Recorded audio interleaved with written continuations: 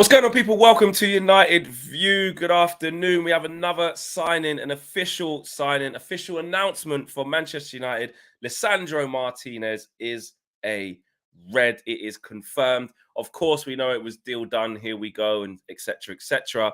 But in the words of Faz, unless it's on MUTV, unless I see the player holding the shirt up or in the shirt doing kick-ups or whatever you want to call it, I don't believe it.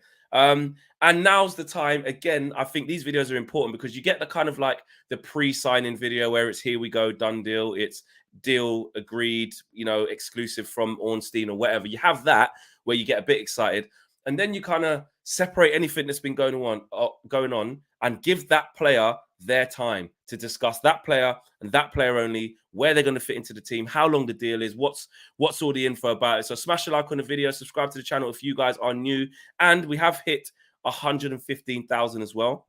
So from the morning time show to now, we've done that. So big up to you lot. And Owen, let's take it away. Let's deal with the facts and figures. What's the official release? What have we got? Yes, Manchester United about 15 minutes ago, and it surprised a lot of people. I think people have been sticking to this sort of 3 p.m. time slot. They went a little bit early, maybe because there's a game on today, actually, for United, a behind-the-scenes game against Wrexham. But they announced the following. Lisandro Martinez has completed his transfer from Ajax to Manchester United, signing a contract until June 2027 with the option to extend for a further year. Martinez has said the following, quote, "It's an honor to join this great football club. I've worked so hard to get to this moment, and now that I'm here, I'm going to push myself even further. I've been lucky enough to be part of successful teams in my career, and that's exactly what I want to continue at Manchester United.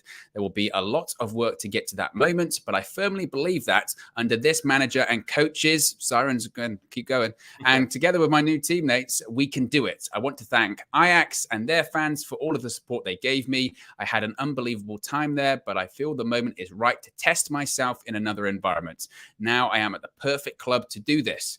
John Murtough, of course, Manchester United's football director, said Lisandro is an outstanding player who will bring further quality and experience to Eric's squad. We are delighted that he has chosen to join Manchester United, and we are looking forward to seeing him develop further and help the team achieve success we are aiming for. Chosen, Flex. A little bit of a dig at Arsenal?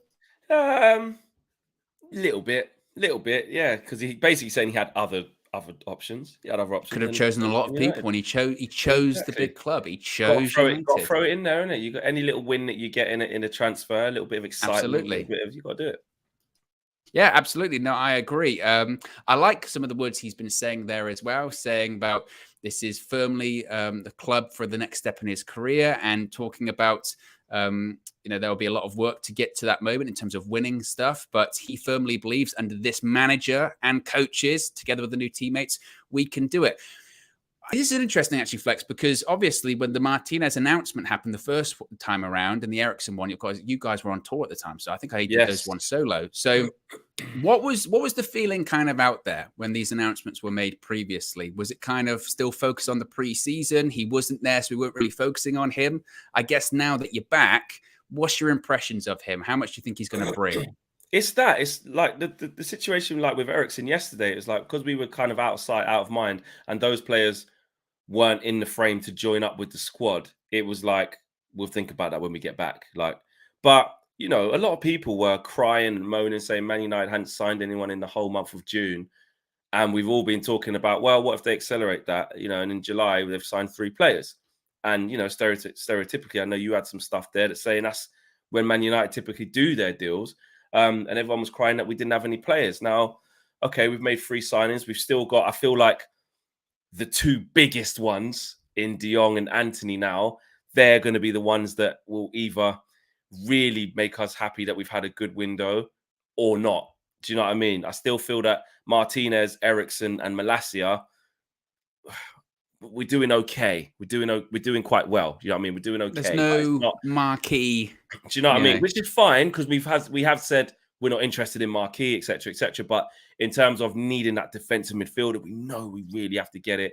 In terms of another attacker, we know we really have to get it. And the signings that we want to make now are the ones that come into the starting 11 because we want to see this team change. But on Lisandro Martinez, like you said, yeah, it has been a little bit outside of mine. That's why I'm happy in this moment. I'm happy in this moment because it's a player, again, that the manager really wants. It's a player that the manager knows well.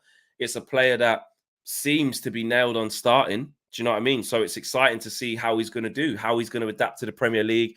There's been a lot made of his height and is he going to do well in the Premier League and things like this. What do you think about that? What do you think about the height stuff? Because for me, my opinion of it is that it's nonsense. I mean, obviously, he's short. He's the shortest centre-back in the Premier League. But football, there is not one specific way to play football. And with defenders, defenders have various different attributes. Some of the shortest defenders have been some of the best defenders. There's only one defender, I think that's one, is at the Ballon d'Or, which is Fabio Cannavaro. He was a similar height to Lisandro Martinez. And if we saw him deal with Erling Haaland successfully in the Champions League last season for Ajax against Dortmund, Erling Haaland's 6'5".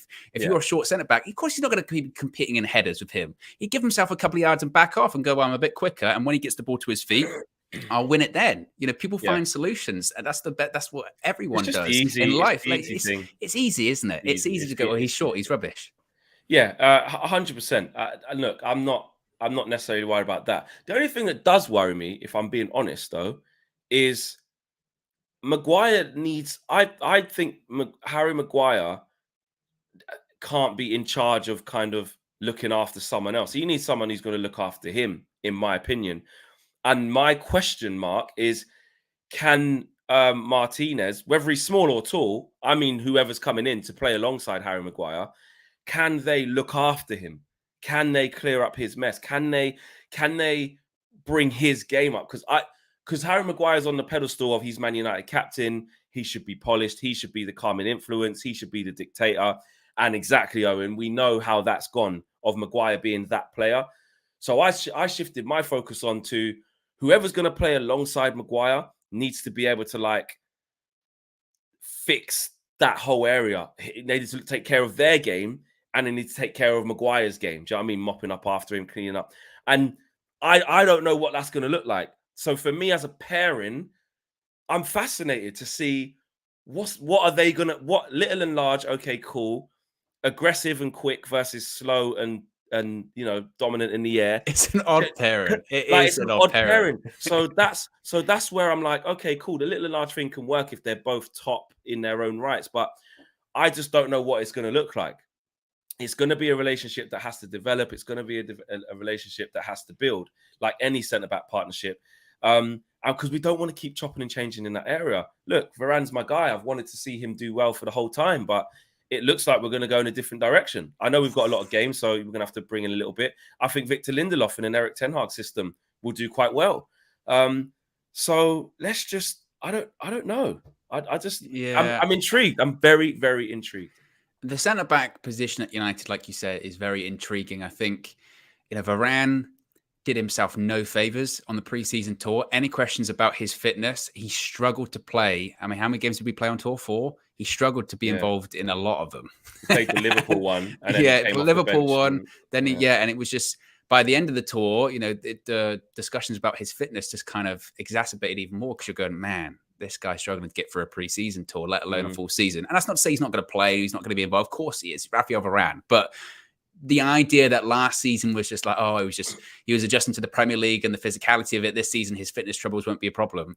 They will. They will. Let's shave off. I am praying that they won't. Let's shave off a third or a quarter of the season already, because that's what he's going to miss. It's the statistics don't lie with that one.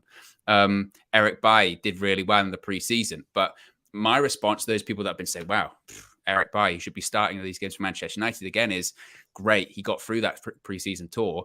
But again, the facts and the statistics back up that he struggles to stay fit. And that is just going into that preseason tour. People will say, well, we like him. It's never a question of quality with Eric Bailly. It's never been a question that he's not good enough for Manchester United, because every time he plays, everyone goes, man, this guy's good. He doesn't play that much. That's the problem with him.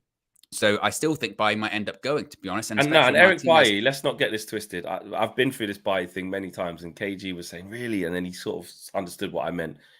I love Eric Bailly because he gives you them cameos, and he, you know, he's combative and he can win the one-on-one duels and stuff like that. But he's not good enough on the ball. Like, he's not. He's going to make mistakes. I don't see it. Honestly, he's not reliable Well, enough. he got assist in the He friendly, did. didn't He he? did. Step He forward. did. He And a ran step couple forward. of times he Done a stepped little forward. step over. Consecutive 100%. games.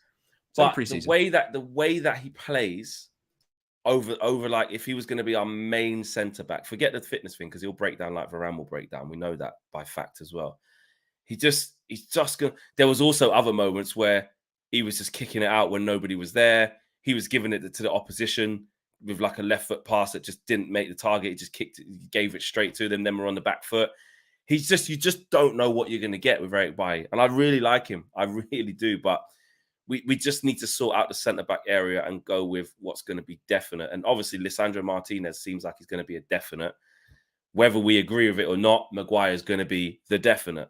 And then we've got Varane to come in and Lindelof to come in. So initially, he'll probably be the definite. Yeah, I mean, it'd be so interesting to see if he's not. Yeah.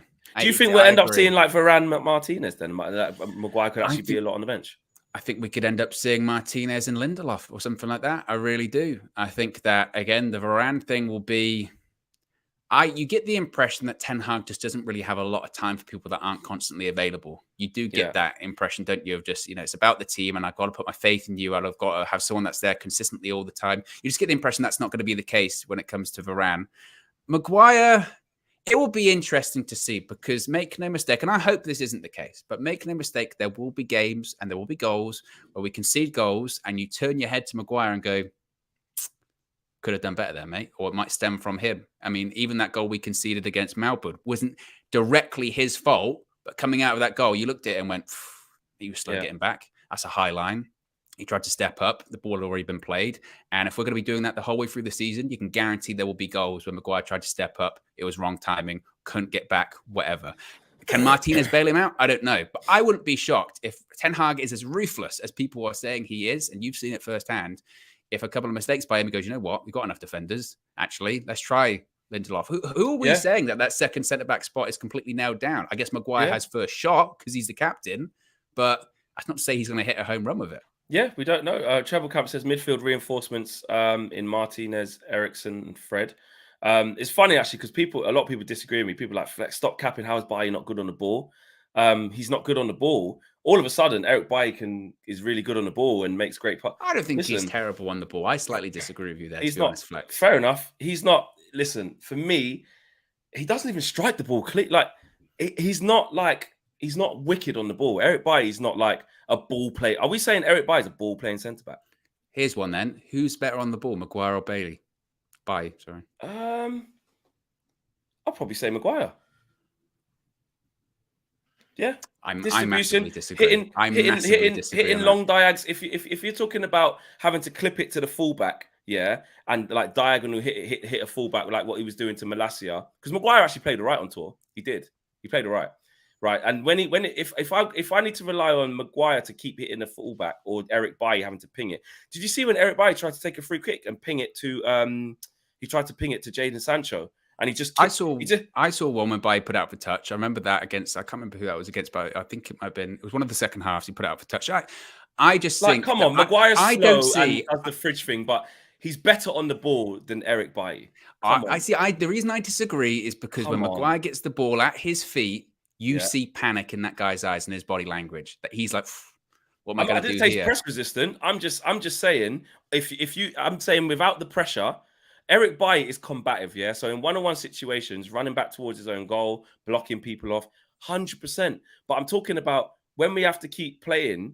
Right, Bailly's problem is that he does mad passes. I've seen it bare times. He'll just give it. He'll try pass it into midfield. Yeah, but that's because he's erratic. Technically, Bailly is better than Harry Maguire on the ball. He is. If he had the composure of a Maguire, not that that's high, you would say it all day because technically he's better than him. I'm not having that, and I don't even rate Maguire like that. I don't. I have no reason to put Maguire, but my opinion on Maguire as the captain as our as our centre back is the same as everybody else probably in this chat. I'll make a poll. Yeah, I'll make a poll. I could tell I'm going to be outvoted here, but I'm just like, we really like. For me, I'm just looking at someone who can kick the ball clean. Eric Bailly's got Bruckfoot like Wan-Bissaka. Like, what's going on here? Eric Bailly is like just erratic, combative, and he's very good in one-on-one situations, and he's entertaining.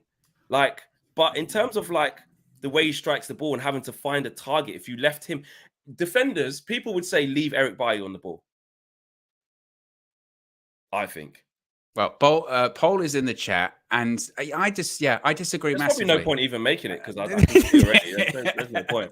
I think Bailly is decent on the ball. His issue is composure. He's erratic, hence why some of his passes don't work. Maguire, I just think it comes down to, again, technically, he's just not as good as Eric Bailly. I'm not saying he's bad on the ball, but better on the ball is Eric Bailly. And to tie it back to Martinez, none of them are as good on the ball as Lisandro Martinez. And that's the reason that Eric Ten Hag which actually is what we should be talking about because we have signed Lisandro Martinez. This is what happens when you're live, Flex. This is what we can do here. We can get into different conversations. I just think because Maguire has the taboo over him, like he was a pantomime villain in Australia just because he's Harry Maguire.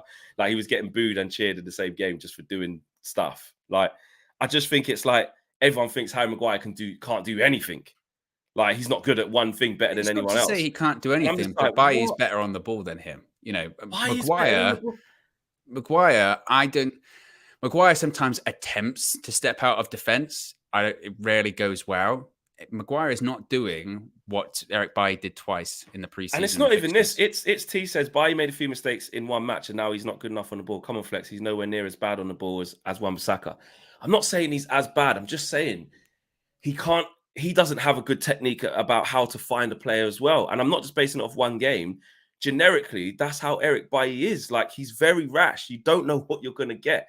In one game, you're going to get someone who intercepts things and stuff like that. And I'm not saying that, again, I'm not saying Maguire is the answer. I'm not. I'm just saying I don't think Eric Bailly is either. I don't think that. And I've been saying that in some of the shows recently. I don't think just because Bailly played well on the preseason tour that he's our best centre-back or he should be starting games. I still think coming into it. Sorry, just that. Sorry. I think that perfectly. Ed T says Bailly on his day is our best defender. Sounding kind of Pogba-ish here. On his day, X. On his day, Y. Yeah. But equally, on Bailly's day, he could be one of our worst because he's too erratic, not to mention the injuries. So I'm like, I agree with that. But listen, that's not talking about him. That's not talking about him on the ball, though, is it? And on the ball, I stand by that. On the ball, I agree with what Ed was saying there. That again, coming into the tour, I was still of the mindset of we should sell Bailly because he doesn't play enough. Obviously, he wants to play games, etc., etc. He's had a good tour, but he still don't play games. He's still been at the club for 2016, 6 years, and he's played barely over 100 games in all comps in 6 years. When you think United are in 4 competitions most seasons, that is insane. Yeah. And that hasn't changed because of a preseason tour. Now, the pushback to that by some people were saying, well, actually, Owen, he was available most of last season. He just wasn't played. The reason why he was available is because he wasn't playing. When he plays, because he's erratic, he gets injured. Or when he just plays games, he gets injured because his body can't handle it. His body can't handle how he plays. You said it. You've seen him how he trains. He trains how he plays as well. Yeah, he's fucking mental, and it lends himself to getting hurt. So my opinion hasn't changed on Bailly. I still think he'll probably go. And if he does, good. If anything, the preseason's been good so we can get a higher price for him. Previously, it would probably been a lower price. We had a good preseason. So Roma, Milan, they're sniffing around. Get a good price. Let's do some good business for once. But back to Martinez then, in terms of what he is giving us, like you said, nobody's better than him on the ball. And actually, let's talk about the quality that we're actually bringing in because of how good he is at that department of the game. And that's exactly what we need and why Ten Hag wants him. 100%. I mean, we saw it again in the preseason tour that the defenders clearly were encouraged to try and step out of defense, try and play it out from the back. And we're talking about Bailly and Maguire, who's better on the ball. None of them are as good as Lisandro Martinez at doing it. I mean, in an ideal world, Ten Hag wants his centre-back to be able, as I said, to step out from defence or be able to play out from the back and then give it to a Frankie de Jong in a deep-lying playmaker role and progress the ball up the pitch. That's ultimately what he wants. And that's why Martinez has been bought, because it was been reported as well that the United scouting and recruitment department had actually recommended Pau Torres to Eric Ten Hag. Yeah, and Eric Ten Hag said, no, but it should be Lisandro Martinez because he can do what I know, what I want my defenders to do. I'm sure Pau Torres is great, but I know for a fact Martinez knows what I want and how to do it. And whilst he may be short, that's not necessarily what I'm buying him for. I'm buying him for his ability technically on the ball. And I know a lot of people are saying, oh, he might be a stopgap to play CDM if we don't get one because we're not going to get one. he can play there, and maybe in some games he will. But I think the idea that he's going to be playing a lot of games as the CDM, I really don't see, to be honest, because Ten Hag doesn't really play with CDMs. He plays with a deep line playmaker as a 6. That's how he wants to play. So I see him, again, primarily centre-back. And I think he's the starting centre-back because that's how Ten Hag wants to play. We saw it particularly against Liverpool. We didn't see as much throughout the tour, but there are a couple of instances where De Gea didn't even take the goal kick. It was Lindelof to De Gea, and then they're playing out from the back. And he wants someone that is very comfortable in that situation. There are a lot of teams in the Premier League that press high up the pitch, and he probably knows that some of our defenders can't handle that. We spoke about Maguire looking uncomfortable when he's pressed. We spoke about Bailly being erratic. Even people like Lindelof. All of our players do it. 100%, because they're just not used to playing out like that. Yeah, and it's just not in their wheelhouse. Martinez, it is. That's ultimately why he's been I think that's key. And I'm excited for it. That bit that you said there about, we wanted Pau Torres. He was on our list for ages, and Ten Hag just said, no, this is who it's going to be. And even on tour, you saw it when I think he was shouting at David De Gea when he kicked it long. Like all of our players, and this. Exactly. It doesn't matter whether it's Eric Bailly, Harry Maguire, Victor Lindelof, Luke Shaw, the right backs, definitely Wan-Bissaka, obviously, Dallo, whoever it is. Like, we're not that team. How many times have we said we're awful at playing out from the back? There's no method to it. There's no system to it. The players don't rotate and offer each other. They don't make angles. They don't come and show for each other. And then the ball just ends up going long. And you could see in pre-season that just wasn't the case already. Yes, there were times where we lost it, of course, but the willingness to keep playing like that. And also the lack of crosses in terms of getting to that byline. If it's not on and there's not a cutback, we just recycle the ball. There isn't that Tellez trying to get forward, just whip it into nobody or try to get Ronaldo in the end of it. There isn't that Rashford, who I know he wasn't doing a good job of it last year, or Elanga trying to get to the byline, or Wan-Bissaka and just crossing it. There's a clear method of how we play. And I know I only went to see one Ajax game in the flesh where we went to see them beat Heerenveen and win the title. But already, I'm not exaggerating. How we're playing is what I saw in that game. Like deliberate, like Tadic getting to the byline, cutting it back. It was David Klassen was feeding. I think it was Hilaire who was running the channels, cutting it back. Like, it was so deliberate, and it happened time and time and time again. And even in 3 weeks, that's how we're playing football already. So someone like Lisandro Martinez, who has been in that whole system, he's only going to play that way. Absolutely. And we talk about Bailly in those instances where he did step forward and create things. 100%. Ten Hag has said to his centre-backs after that, when they've been debriefed after the game and they've had their meetings, he's probably looked at that instance and say, that's what I want you to do. That's what I want you to be able to do. I want you to be able to step forward. I want you to be comfortable playing it out from the back. I want you in these tight spaces where you are going to be pressed. I want you to be able to pass the ball around and not feel that pressure, and know that if you beat that press, we're already in. We're already just 2/3 to go up the pitch, but we're already in. That's what he wants his defenders to be able to do. And deep down, whilst he's trying to retrain some of these players like Maguire, like Lindelof, like Bailly, like whoever, he knows that that's not their strong suit, because they've never been asked to do that before. They've been recruited to come to United previously to play in a different system. He's doing his best, but when you're bringing in, when you're playing a possession-based style system, and you're bringing in a system that's playing out from the back, the centre-back positions becomes somewhat specialist, isn't it? Because you're having to recruit specific ball-playing defenders. And that's what Martinez is. And it's almost a rarity, because can you think of maybe the last Man United centre-back that was really comfortable doing it, was really comfortable on the ball? We used to talk about in the past, Rio Ferdinand was comfortable on the ball, could play out from the back a bit. But you think historically, who was the last centre-back at United that you would go, yeah, really comfortable on the ball, not worried about it? You know what? Daley Blind was really good. That's true. But he was recruited initially as a defence midfielder. Exactly. But as he moved into, and he's still doing it now at centre back or whatever for them and in the national team. I did put a tweet out while we've been live, just saying who's better on the ball, Maguire or Bailly. And it is an interesting Twitter day. Yeah, I'll get to that in a minute. And it is like heavily in favour of Bailly. But when you look at the comments, people are saying, who's voting for Bailly? Maguire for me. Bailly's a much better dribbler. Maguire is a far better passer. Maguire is clear. Maguire, credit is due there, but Bailly is a better player. Maguire, not even a debate. Maguire is a better passer and distributor, but Bailly looks way more comfortable composing the ball. it's weird because the comments and responses to the tweet I've put out aren't matching the poll. That's really weird. That's really, really weird. I don't know. But Maybe whatever. people feel more passionate when you want to comment on something, and instead of just clicking whatever option, when you comment, it's because you feel so passionately, isn't it? So Yeah. possibly those that are backing Maguire feel more passionately than just simple Yeah. click. I mean, Maybe. in the poll in the chat, Yeah. it's currently 69% Eric Bailly, 31 Harry Maguire, and like you said, that Yeah. kind of reflects what they're saying on social Unanimous, media. But the comments don't reflect that as well. Ultimately, Flex is just all about opinion, isn't it? And people have different 100%. ones, 100%. and oh, and look, and let's get into the price as well, by the way, Flex, because Yes, what do when you it was make of that? official, well, when it was officially announced, you had those people, largely salty Arsenal fans, going, "You've overpaid for him." That's why Arsenal pulled out, because they didn't want to pay that price. Arsenal pulled out. Let's get this straight, because Martinez wanted to come to Manchester United, and he chose Manchester United over Arsenal, and they pulled out because they went, "Well, what's the point in continuing this?" And they pulled out because did they want to spend because they did get 2 bids declined. Did they want to go into a different category of money for a player that was going to be a utility for them? Like they don't know maybe where he's that's actually part going to of it. start. But my personal opinion is they did the couple of bids. Because remember when they did those bids at the time, it was I didn't even know if United were in that race at that point. No, we started coming They to the bid table first, after they and we already came. made 2. Yeah, we came in a bit later, and then once it became United was in the race, and because of his relationship with Ten Hag, it was very clear that he wanted to go to us over them.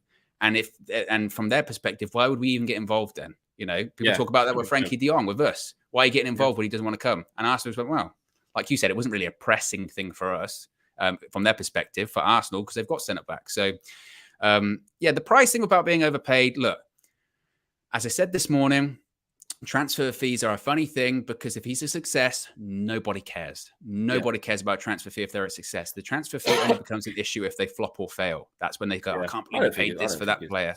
So I say we'll wait and see. And that's not me sitting on the fence. That's just me thinking how transfers work. Yeah. Eric Taylor says, hey guys, a new United fan here. Why are we signing Warwick Davis? Is he good at football? Insinuating that obviously he is little. Couple I'm more. glad you got the Warwick Davis reference. Listen, don't worry about me, mate. I know my films. I know my stuff. What's he been in? That's a good question. Is it? He's in the. It's not the Austin Powers one. That's the other little man. That's Vern Troyer. Yeah, that's the other little one. What is a disgrace, Fleck? He presents the program, the game show. He does, but that's not what he's best known for. I know. What is it? It's gonna annoy me because I probably haven't seen all the films, but I just know I know who he is. He's been in Star Wars. Well, I haven't watched it, so how would I know? Exactly, I wouldn't know that. I wouldn't know that. It's because it's general knowledge. It's pop culture. I don't know. I don't know who you saw. I don't know any of the actors that played any of the people in the Star Wars. You saw me not know. I know some of the characters' names in Star Wars, but I don't know the people that played them. You saw me. But that's what he's most famous for. He's most famous for being in Star Wars. He's also Willow. Who is in Star Wars? He was an Ewok. I mean, his face was covered, but Oh, okay. So even if he was in it, I still wouldn't even known it was him. It could have been the guy from Austin Powers. Yeah, but he's not. His face is covered. But they're both little, so I wouldn't have known. We'll move on. Ash says, "Do you remember who pulled down Luke Shaw?" I do. It was Harry Maguire. And Jay Washington says, in a Ten Hag system, is Lindelof a viable option at right back? Nah, I don't think so. We need people who are going to be bombing on with loads of energy and like what Malacia looks like. He wants to just aggressive, just in the tackle on it. And what Dallo is actually giving us at the moment, it looks like that's what he needs. Treble Champ says, Sandro Martinez is a system player. He fits Eric Ten Hag's style system like Alisson does Klopp's. We now need to pay the 80 million / 20 in brackets 20 million for Anthony for the same reason, because he's important to the system. You're saying just pay it. And Jermaine says, has anyone noticed United are not making a huge PR fuss about our signings? PR wise, have you noticed that, Owen? Like the videos as well are short, sharp, to the point. Even what's his Eriksen's. Eriksen's one was like that. I liked it, and even Martinez's one. He was saying you got to fight for the team, fight for your family. Yeah, quick one. Why?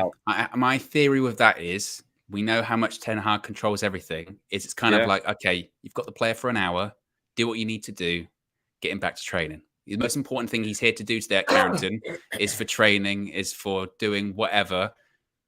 I'll give you an hour because I understand the commercial side of things, but you've got an hour. Okay, that's it. Let's not go anything. You're not spending all day with this player because he's here to train. He's here to work. That's my position. I might be completely wrong, but you would think that's probably part of it. Of Ten Hag going, why would you spend a day doing that? Come on, let's get this 100%. Sorted. Just get it done.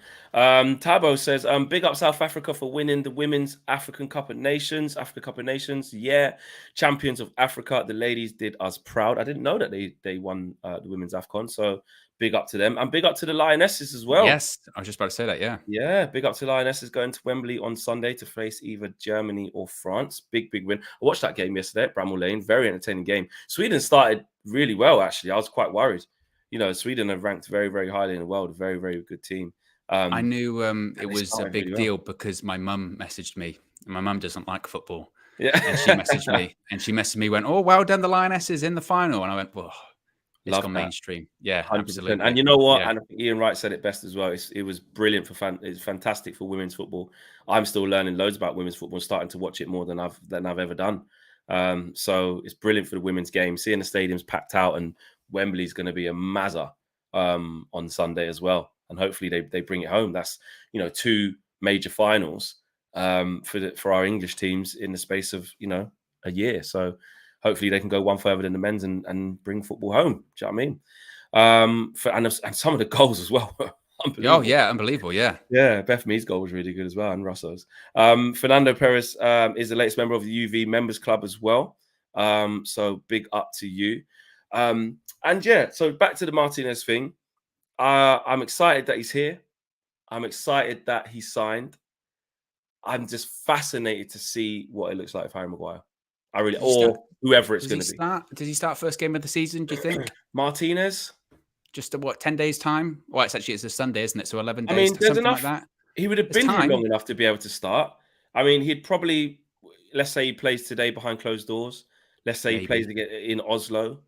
Comes back, and I don't know. I think there was 2 separate teams, isn't there?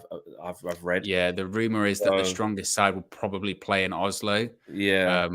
What do you think? Just none of them will be involved at all the next day? Do you think? I don't know. I don't know how they're going to play it. It's odd. Yeah, because he's going to play night. No, I think it will still be the same traveling squad. I think he'll still. I think they'll still put them on the plane who went to tour. Right.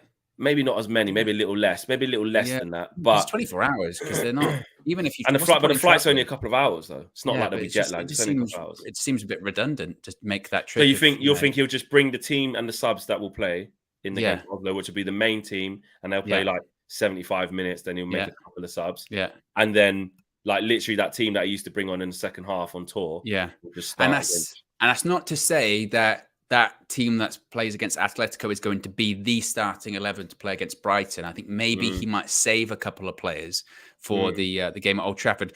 Maybe purely just to make sure that his opponent doesn't know the exact team that he's going to pick, right? Because they'll be watching. But it is a weird I don't think it's out of the question that Martinez starts against. No, definitely not. There's enough time. Whether he plays in whatever mix-up he plays in, he can do it. And obviously, it's a player that Ten Hag really likes. What I do find interesting is the fact that Ten Hag has made all of these preseason games. When we were talking to people behind the scenes on tour, they were like, I said to one of them, I said, "You're absolutely killing us, asking us to go to Oslo and then get back straight away and then go to Manchester." They were like, "Yeah." The person who said it to me is what Eric wanted. he said he wanted as many games as possible and he wanted to look at the team. So he's in control of that, And like you said, there's another game behind closed doors as well. So yeah, I think it's testament to him and how he wants this team to play. No, I agree. And as we mentioned, I think the game today behind closed doors is actually, when you think about it, really important, because then you do have people like Eriksen, like Martinez, that previously would have gone one game in a pre-season going into the Premier League season. I'm not sure about that. When you hear 2 plus, 10 days worth of training, you go, that's enough. That's enough for them to be involved, actually. And let's make no mistake, we want these guys to be involved. I would hope that Martinez starts. I hope that I see Eriksen's name on the team sheet first game of the season against Brighton, because whilst they're not marquee names that we were talking about earlier, they improve our team. For me, they're starting players. I mean, the Eriksen ones, some people are debating it a little bit more, but I see Ericsson on our team sheet. I see Martinez on our team sheet. I think I'm more confident with how Ten Hag wants to play his game. These are players that fit how he wants to play. A mate of mine who's a Chelsea fan messaged me, I think it was last week, and he was like, you know what? I think United are doing okay business this summer. And I said, oh, why so? Because there's been a bit of, that's quite a contrast to some people in the United sort of fan base. And he said, oh, it's because they're just buying players that Ten Hag wants. And I said that seems crazy that hasn't been a given in the past for United, but it hasn't. United over the past decade have bought players and then given them to the manager and go, figure it out. And these players. It's something we've moaned about for ages. Exactly. And now when it's happening, people are saying it's not happening quick enough. Like, stop moving the goalpost. Like, it's like people aren't happy unless they're moaning. I'm not saying we're having a perfect transfer window as it stands. Of course not. Still 5 weeks. Yeah. If it closed tomorrow, you would say, we're sure. Yeah, exactly. And, it might still end up being a poor transfer window if we don't get anyone else, of course. But I just feel that, like, of course, the club has been so poor. So there's a massive reluctance to heap praise on any decisions that we make. And I get that, because this turnaround, if we're to come out the other end of something that resembles a turnaround, we need to see a lot of evidence. We need to see trophies. We need to see games being won. We need to see style of play. There's so much we need to see before we say well done to the club for turning it around. But I think it's like there's no in between, though, from what I see from quite a few people. Not everyone. Some people are like sort of, let's get behind the manager. Let's see how it goes. Let's just relax.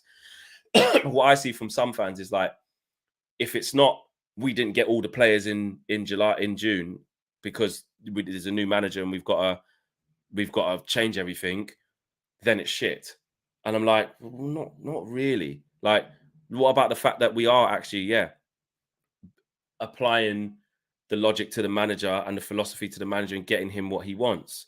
That's why we're in a De Jong end game, long game, whatever you want to call it, because the manager really wants him. The manager really wanted Lisandro Martinez.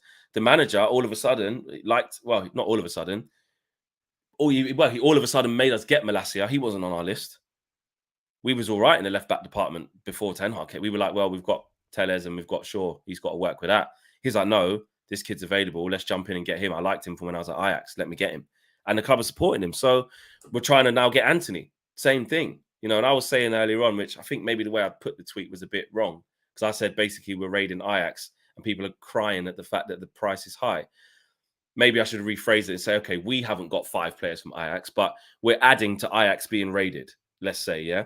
And it's like, if we would have got Anthony first, and then tried to go and get Martinez, they just would have doubled the price on Martinez. Whichever one we got first, they were then going to be in a position of, we don't have to sell. Like, why can't people understand that?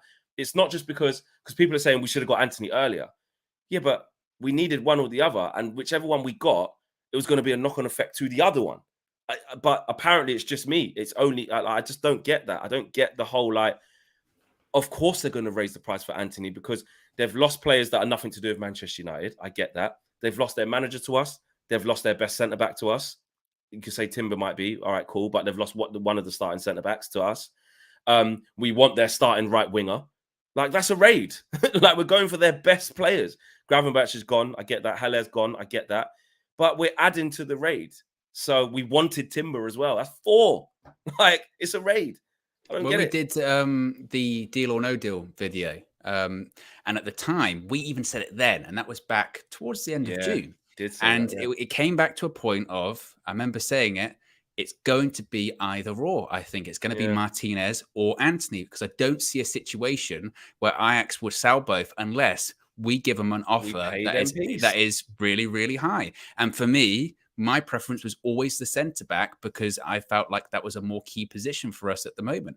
And it's an easier deal for us to do because even at the time we were being quoted 70 million euros. Granted, if we'd have gone in early June, maybe that price would have been lower because they hadn't have done all of their selling business yet. That's fair. And I think that's a fair criticism. But you can't be shocked or surprised that Ajax today, or over the course of the last couple of days, have said now it's 80 to 100 million euros because they don't need to sell. They've done enough selling this transfer window. Exactly. They've made their money. They made their money before we signed Martinez. In reality, maybe I don't think we overpaid, but we probably paid more than Ajax's asking price would have been maybe a month prior when they hadn't done that business. And that's on Manchester United. They came out and said it. We wanted to keep Martinez, but they came with an offer that we couldn't turn down. And it's the same with Anthony. If they come with an offer that we can't turn down, we'll of course we'll accept it, because we are still, that's our philosophy. We buy players for a lower price, or we develop them and we sell them for a lot of money. That's the situation when it comes to Ajax. And I don't think we should be shocked for that. I think personally, I know Ten Hag, that's who he wants, but even Ten Hag would go, maybe we need to look at other options there, because I just don't have that budget. It's not feasible. 100%. Big up to It's T. It's T says, Flex is getting on my last nerve today. I'm really trying It's T's patience. It's not about all the signings. It's about the basic signings that we knew we needed since November. They've only made one important signing so far. So, okay, I would say two. Eriksen's important. Eriksen is very important for me anyway. So maybe you don't think that, because you're saying we've only made one important signing. So do you mean it's only Martinez is the only important one? Because centre-back, we needed a centre-back, he goes straight in. But my thing is, and big up to It's T. Sorry I'm getting on your nerves today. We're clashing on opinions here today, me and you. I just feel like we wanted Eric Ten Hag wanted a batch of players, a core batch of players from Ajax, or because we were linked to Timber, we've been linked to Anthony, and we've obviously got Martinez. So we know that for a fact, yeah? That's three of their best players. They were players that were starting game in, game out. Martinez was the player of the season for them, wasn't he? Didn't he get the player of the year? I think he did. Do you know what I mean? Award, yeah. Yeah. And then obviously their manager, who just brought the good times back to Ajax. That's four strong things. The whole orchestrator of the whole ship we've taken. We wanted their young protege centre-back. We've taken their other centre-back, who's their best player, and now we want their other player in Anthony. So my thing was that we were always going to not be able to get them how we wanted to get them, when we wanted to get them, for the price we wanted to get them, because they're important to that club. Like, it's not FIFA. Like, you can't just say, well, we needed these players, so why didn't we get them earlier? Because Ajax were like, no. Timber said no.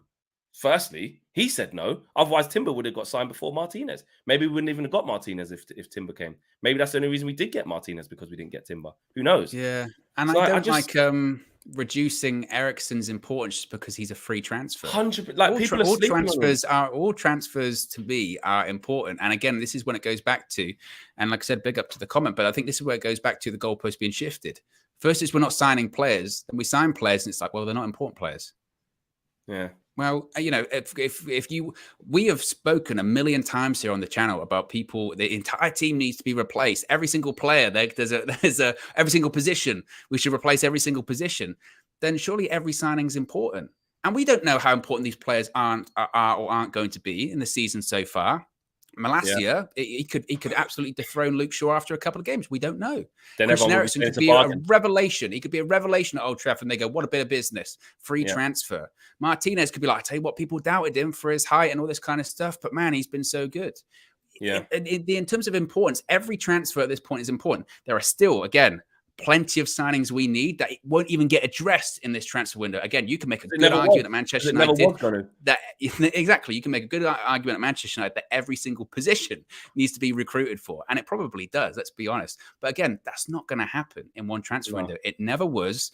And again, I still think we'll end with 5, or my number before was 4, but 4 or 5. And there's still plenty of time to go. And again, I think 3's a good number. It's not enough. If the transfer window ended tomorrow, I'd say we are very short, because we are. Yeah, if it ended tomorrow, it wouldn't be a good transfer window. No, but I think the idea that none of the transfers so far have been important, I don't know if I necessarily agree with that one.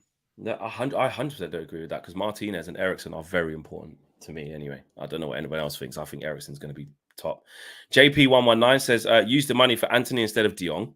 So just pull the plug on that and use that money and just go and get him.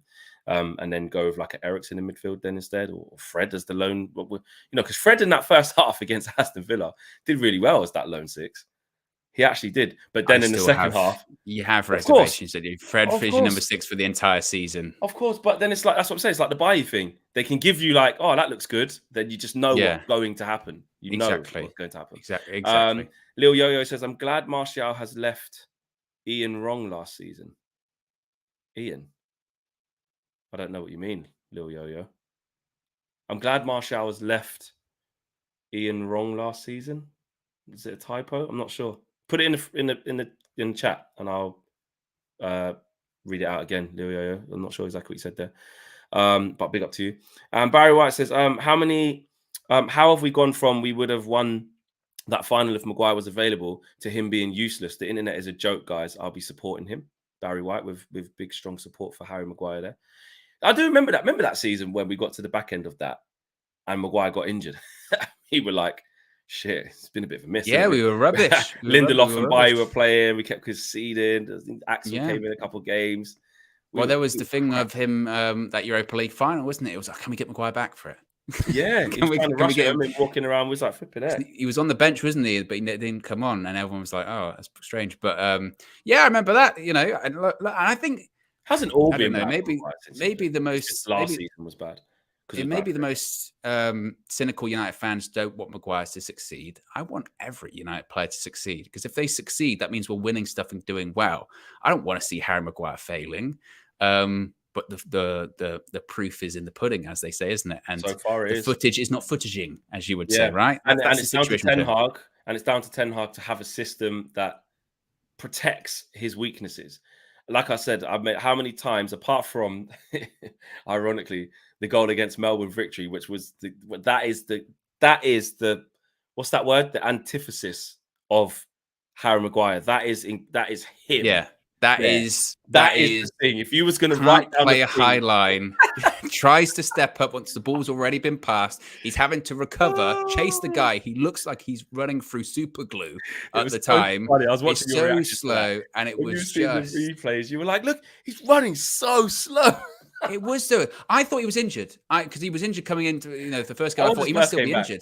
Yeah, I thought he must be injured because he was running so slow. And it's not like I'm a pace merchant as well, but I reckon I'd have been close on that race. 100%, oh my goodness, 100%. But then after that, what I was getting at is that how many times did you see him in that position again, running back to his own goal in a bad position? You didn't really see it, but we saw it once and it conceded a goal, and we will see that this season, and it will concede a goal. Yeah, but you only have to see it once. You only have to see it once. I've seen Virgil van Dijk run back for a goal, and they concede. Liverpool concede. You could look. We concede goals. We concede goals. I know what you're doing.